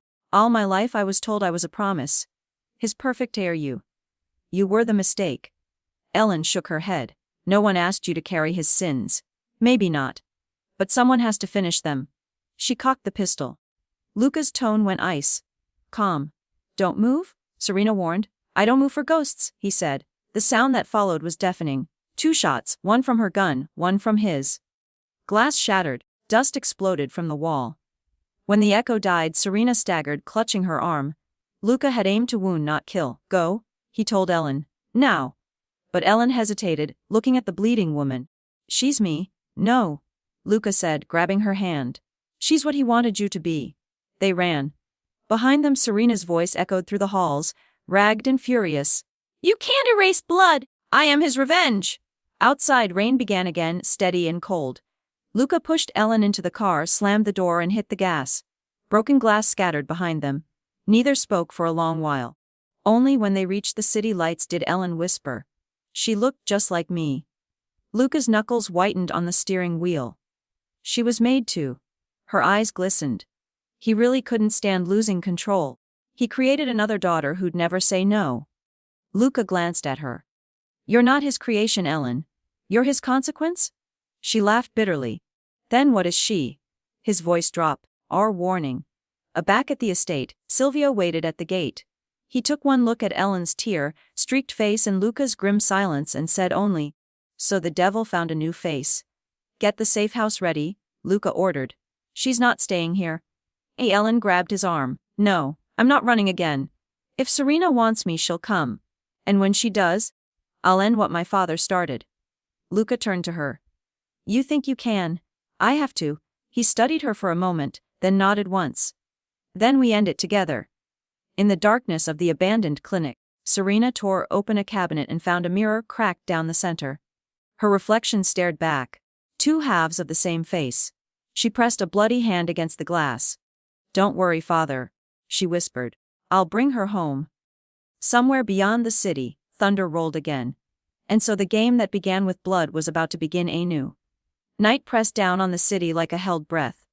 In Luca's study, maps of the old Moretti network lay scattered across the table, red pins for allies, black pins for debts still unpaid. Ellen traced one fingertip along a thin thread of string connecting two names. "Serena already has these men," she said quietly. "They used to work for my father." Luca nodded. "And they'll follow her because she carries his face." "She carries mine," Ellen corrected. The words tasted bitter. "You think she'll come directly?" "She will." The message in the clinic wasn't a threat. It was an invitation. Silvio entered, coat still damp from rain. "We picked up chatter near the docks. A convoy moved in last night, 3 SUVs tinted glass. Same plates that belonged to Moretti's shipping front." "Serena," Luca said. Silvio placed a folder on the table. "She's using your father's accounts, the offshore ones he hid under charities. Money's moving again." Ellen looked up. "How do you stop someone who's already inside the walls?" Luca's answer was calm, almost gentle. "You rebuild the walls higher." But his eyes told her something else. He was already planning to leave, to end this before she could follow. At dawn, Luca stood on the balcony overlooking the ruined gardens. The world smelled of damp earth and iron. He'd cleaned his weapons, packed 2 changes of clothes, and left a sealed envelope on the desk addressed to Ellen. He didn't hear her approach until her reflection joined his in the glass door. "You were going to leave without saying goodbye," she said. He turned slowly. "It's safer that way." "For who?" "For you." She crossed the space between them, eyes bright with fury and fear. "I'm done hiding behind you, Luca. You said we'd end this together." He hesitated, then reached into his pocket and handed her a small black case. Inside lay a compact pistol. "You may need it." She shook her head. "I need truth, not weapons. Truth doesn't stop bullets. And bullets don't stop ghosts," she replied. "Let me come." For a long moment he said nothing. Then, quietly, "If you come with me, there's no guarantee we walk back through the same door." Ellen met his gaze. "Then let's make sure we close it behind us." They left before sunrise, heading north along the Hudson. Serena's last movements pointed toward a convent property, St. Lucia Sanctuary, the same name as the clinic from Ellen's mother's letter. The coincidence was too sharp to ignore. The drive took hours. The sky changed from gray to silver to the color of old bruises. Finally the building appeared, an old monastery half hidden by pines, its stone walls cracked but sturdy. A single bell hung silent in the tower. "This is it," Luca said. "Whatever's inside, we finish it here." The Ellen exhaled slowly. "Then let's finish it." They pushed open the heavy doors. The air inside was cold, smelling faintly of wax and disinfectant. Rows of candles burned before an altar draped in white cloth. The sound of distant chanting echoed from somewhere deep within. A woman in nun's robes stepped from the shadows, face pale, eyes hollow with recognition. "Ellen Moretti," she whispered. "I've been waiting for you." Ellen stiffened. "Oh, are you?" The woman lifted her veil. Her hair was silver, her features faintly familiar. "My name is Sister Mara. I worked at St. Lucia Clinic. I helped your mother hide the files." Luca's hand hovered near his weapon. "Hide them from who?" "From Vittorio," she said. "And later, from Serena. Your mother knew what he planned, to build a child who could carry his mind. But the process failed until he found the right donor, her." Ellen's heart thudded painfully. "You mean Serena has my mother's blood, not just mine?" "Yes," Sister Mara said. "Half of Isabella lives in her. That's why he called her the saint." Luca frowned. The saint. Because he believed she was purity reborn, untainted by the weakness of love. He wanted her to replace both of you. A soft voice cut through the air. And I will. Serena stood at the back of the chapel, dressed in black leather beneath a nun's cloak, gun glinting in her hand. The candlelight turned her face into Ellen's reflection, twisted by fury. Sister Mara backed away, whispering a prayer. Luca stepped forward. This ends now. Serena smiled. You think you can kill what's left of her, of Isabella? Ellen's voice trembled. You're not her? Serena's eyes softened briefly. But she whispers to me. Every night. She raised the gun toward Luca. She says you'll destroy her daughter. Ellen shouted. Don't. And lunged forward. The shot rang out. Stone dust exploded from the pillar beside Luca's head. He fired back, forcing Serena to retreat toward the altar. Candles toppled, wax and flame splattered across the floor. Sister Mara cried out, Stop this madness. Serena turned her weapon toward the old woman. You helped her betray him. You don't get to preach. Luca moved first. 2 quick steps, a twist of his arm. He knocked the gun aside. It skittered across the tiles, spinning to rest at Ellen's feet. Serena lunged, Ellen kicked the gun away. The 2 women collided, mirror against mirror, each striking with desperate precision. Serena's strength was shocking, fueled by something darker than adrenaline. You stole her life, Serena hissed. Now I'll take yours. Ellen caught her wrist, forcing it down. He stole both of ours. Their struggle slammed them against the altar. The candle rack toppled, flames crawling across the cloth. Smoke filled the room. Luca grabbed Ellen's arm, yanking her free just as fire caught the drapes. Serena stumbled backward, hair wild, eyes blazing. This isn't over, she screamed. He lives in me and in you. Then she turned and disappeared through the side corridor, vanishing into smoke and prayer. Outside, the bell tower groaned under the heat. Luca dragged Ellen into the courtyard as the first window shattered. Sister Mara followed, coughing, clutching an old rosary. She'll go to the archives. The nun gasped. The vault beneath the chapel. She'll try to free the others. Luca frowned. Others? The failed ones? Sister Mara said. The experiments he abandoned. Ellen's stomach twisted. There are more. Not living as you know it, the nun whispered. But breathing, perhaps. Waiting, Luca looked toward the burning building. Then we go back in. The Ellen caught his arm. You'll die in there. So will they if we don't stop her. She met his gaze. Saw the same recklessness she'd fallen in love with, and nodded. Then we go together. They plunged back into the smoke. The fire had reached the nave, devouring pews, painting the walls orange. Luca led the way to the stairwell Sister Mara had mentioned. The steps descended into a cold, sterile darkness that smelled of chemicals and old death. At the bottom stood a steel door slightly ajar. Light flickered beyond it, voices murmured, Serena's among them, low and commanding. Luca pressed a finger to his lips. They edged forward, guns raised. Through the gap they saw rows of glass tanks lining the walls, each filled with pale liquid. Figures floated inside. Human shapes half-formed, suspended between life and memory. Ellen's breath hitched. God, what did he do? Serena turned as if hearing the thought. He tried to make perfection, she said. And now I'll finish it. She held a small control pad, thumb hovering over a switch. Luca stepped into the doorway. Don't, she smiled. You can't stop evolution. Her thumb pressed down. The lights flickered. Machines groaned. The fluid in the tanks began to drain. Sirens wailed through the buried corridor as red lights strobed across the walls. The vats began to drain, thick liquid spiraling down steel grates. Shapes inside them shifted, half-formed, pale silhouettes that never quite became human. Ellen pressed a hand to her mouth. They're not alive. No, Luca said quietly. They're what he couldn't finish. Serena stood before the glass, face washed in crimson light. He called them prototypes. I thought they were sleeping. Her voice cracked. He promised I'd be different. You are, Ellen said, stepping closer. You can stop this. Serena's gaze darted from the dying lights to her sister's reflection. Stop it. It's all I was born for. Then be more than what you were born for. The hum of machinery deepened to a roar.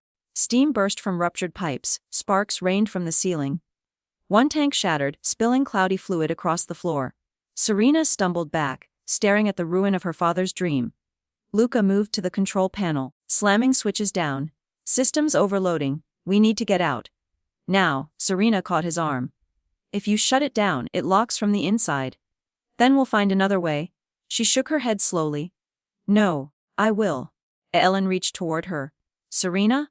Serena smiled faint, almost peaceful. He made me to finish what he started. Maybe this is how I do it.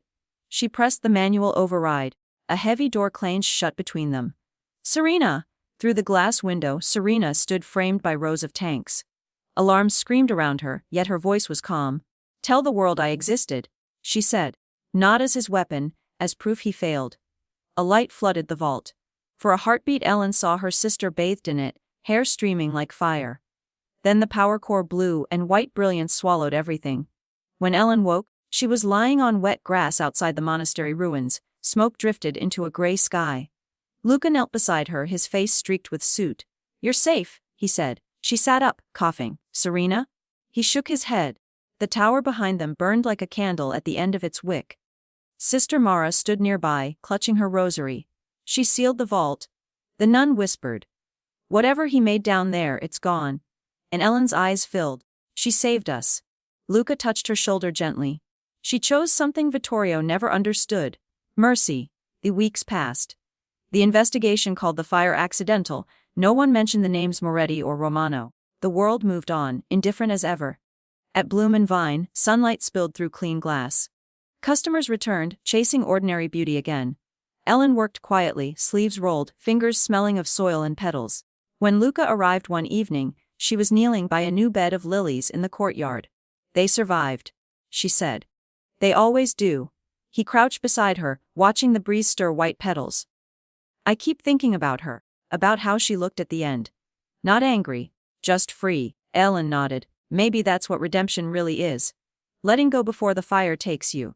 He reached for her hand. And you? Have you let go? She smiled faintly. I'm learning. From his pocket, Luca produced a small glass pendant. Inside it rested a single white rose petal. From the garden after the fire. I thought you'd want to keep it. She turned it in her palm. Light caught inside the glass like a captured sunrise. Follow the glass, she whispered, remembering her mother's note. He frowned softly. What? Nothing, she said, closing her fingers around it. Just that sometimes the truth survives in strange ways. That night, after closing, they walked through the city together. Rain began to fall, gentle this time, silver threads weaving through the streetlights. Do you think it's over? She asked. Luca looked at the reflections trembling on the pavement. Not for the world. But for us, maybe? He paused, then added. I used to think peace was something you won after every battle. Now I think it's what you plant while you're still bleeding. Ellen slipped her arm through his. Then we'll keep planting. Spring returned to the estate months later. The garden, once black with ash, glowed again with roses and lilies. At its center stood a single marble stone with no name, only a line carved beneath a simple cross for the sister who chose the light. Ellen laid fresh blooms before it, the scent of earth rising warm and alive. Luca joined her, silent. When she straightened, he said quietly, We'll build something better this time. She nodded. Something honest. A wind moved through the roses, scattering petals like snow. The world didn't stop for their grief, but it softened enough to let them breathe. As they walked back toward the house, hand in hand, the camera would have pulled upward. Over the garden, the river, the city skyline glinting in the distance. Until all that remained was color white, red and gold. And in that color, a single heartbeat of peace. 6 months after the fire, spring returned like an apology. At Bloom and Vine, sunlight poured through clean glass, falling across buckets of tulips and rows of lilies. Children from the neighborhood crowded around a worktable as Ellen knelt beside them, showing how to press seeds into soil. Gentle, she said, smiling. Everything worth growing starts fragile. When the shop emptied, she stood at the doorway, watching the city hum with ordinary life. Ordinary, that word still felt like luxury. At the Romano estate, the gardens were whole again. New stone paths cut through a sea of white roses. Luca walked them each morning before the world woke, sleeves rolled, hands clean for once. The silence no longer accused him. It asked what he meant to build next. Silvio found him there, a folder tucked under his arm. You're going to hate this. Good morning to you too. Silvio opened the folder. Bank ledgers, account codes, timestamps, the Moretti funds we froze last year. They're moving again. Small withdrawals traced to an island consortium. Signature matches Vittorio's accountant. Luca's eyes hardened. He's dead. Apparently not. The wind shifted, carrying the faint scent of smoke from some distant chimney. Luca closed the folder. Nothing ever stays buried. That evening he joined Ellen at the shop. She was closing up, sleeves dusted with pollen. He kissed her hair lightly. "You look tired." "Good tired," she said. "Everything's blooming again." He handed her a small envelope. Inside lay a photograph of a flower drawn in black ink. An iris, the symbol for faith. "Another one?" he asked. She nodded. "Came in the Morning Post. No return address." The back read, "Only every garden needs roots." Ellen stared at it. "She used to draw these. My mother. Or someone who wants you to think it's her." The air between them filled with that familiar ache, half love, half warning. Later, over dinner, they argued quietly. "You can't chase every shadow," Ellen said. "We finally have peace." "Peace doesn't hold if someone else is writing the next chapter," Luca replied. "So what then? You start another war." He pushed his plate aside. "If a war comes, I finish it before it reaches you." She touched his hand, eyes steady. "You can't build a future if you keep digging up graves." He didn't answer. The silence that followed was softer than anger, heavier than fear. Days passed. The press discovered her story, the woman who survived a crime family and grew flowers instead. Reporters called her the florist who rose from fire. She smiled for their cameras, but felt uneasy when flashbulbs lit her face. They made her think of lightning, of things that strike without warning. Meanwhile, Luca met a delegation from an old rival family seeking reconciliation. Their spokesman was charming, courteous, and far too confident. "Times change, Signor Romano," he said. "Someone is bringing us together again. A woman with vision. She says the city needs a new balance." Luca's pulse slowed. "What woman?" The man smiled. "She speaks with two voices. Perhaps you've heard one of them before." When the meeting ended, Luca stared at the skyline until dusk swallowed it. Two voices. Serena's and whose? One evening Ellen found her mother's journal hidden inside a crate of antique vases. The pages smelled of lilac. Project Lucia, the entries read. Notes about rebuilding the clinic as a refuge for victims, not experiments. Ellen brought the book to Luca. She wanted to heal what he broke. "I can finish that." He turned the worn pages, reading her mother's handwriting. "You'll put a target on yourself. Then at least it'll be for something good." He exhaled slowly, then smiled, the kind that surrendered. "All right. We'll do it right this time." The launch of the Lucia Foundation drew crowds and cameras. The hall glowed with white banners printed with lilies. Ellen spoke simply. "My mother believed that mercy is science's truest experiment. We're here to prove her right." Applause rose, bright and honest. Luca stood at the back, hands clasped, pride hidden behind caution. When the lights dimmed for the closing presentation, the projectors flickered. And then every screen in the hall went black. A hum filled the air. Words appeared. "Stark and white, you buried me under glass. I learned to breathe through the cracks." Gasps rippled through the audience. Ellen's throat closed. Luca was already moving toward the control room. But the feed cut off before he reached it. Outside, the night smelled of rain. The power across the estate surged and died, then returned. Only one monitor in the security office stayed lit. The same sentence blinked there, followed by a new line, "Two voices become one." Ellen whispered. "Serena?" Luca shook his head. "Or someone who wants to finish what she started." The hours later, quiet again. The city slept under fog. In the garden, the lilies glowed pale beneath the moon. Ellen stood among them, fingers brushing the petals. "She's gone," she murmured, "but something of her remains." Luca joined her, coat draped over his shoulders.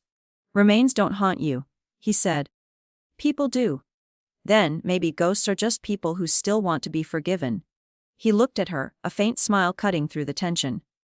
"If that's true, I've got a few following me." She slipped her hand into his. "Then let's give them something worth watching." Dawn broke silver over the Hudson. From a distance, the Romano estate shimmered like it had never known fire. In a dark room miles away, a figure watched the live feed from hidden cameras trained on the gardens. On the screen, Ellen and Luca walked among the lilies, unaware. The watcher lifted a small pendant. Inside it, a preserved rose petal, white tinged with red. A woman's voice whispered through the speaker beside her ear, soft and measured, two tones woven together. "Keep them safe," the voice said. Until they learn what still sleeps beneath the glass. The watcher nodded, eyes reflecting the glow of the screen. The image froze on Ellen's smile. Outside, thunder murmured again, distant promising. A year later, the world looked ordinary again, and that was its quiet miracle. The garden at Bloom and Vine stretched wide and bright, filled with roses, lilies, and new seedlings named for no one in particular. Children laughed, chasing petals that blew across the stone path. Ellen sat on the bench beneath the old magnolia tree, a book open but unread on her lap. When she closed her eyes, she could still hear faint echoes. Her mother's voice, her sister's laughter, soft as the hum of bees between blossoms. They no longer haunted, they kept company. Luca arrived carrying a tray with 2 cups of tea. He looked different now, simpler, lighter, his jacket sleeves rolled up instead of a gun at his side. "I watered the east beds," he said. "They're finally taking root." Ellen smiled. "Everything does, if you give it time." They drank in easy silence. The sky, still damp from a morning shower, cleared to a wide blue. Sunlight struck the glass lanterns hanging along the fence, scattering colors across the petals. In their shimmer, for just a heartbeat, Ellen saw 2 reflections, hers and Serena's, fading into one calm light. She whispered, "For everyone who found peace." Luca reached for her hand. "And for those still looking." Together they watched the wind move through the flowers, bending but never breaking them. Somewhere beyond the garden, a church bell chimed the hour, ordinary, hopeful, final. The story ended not with thunder or fire, but with the steady sound of rainwater dripping from leaves and the promise that, after everything, they had learned how to live.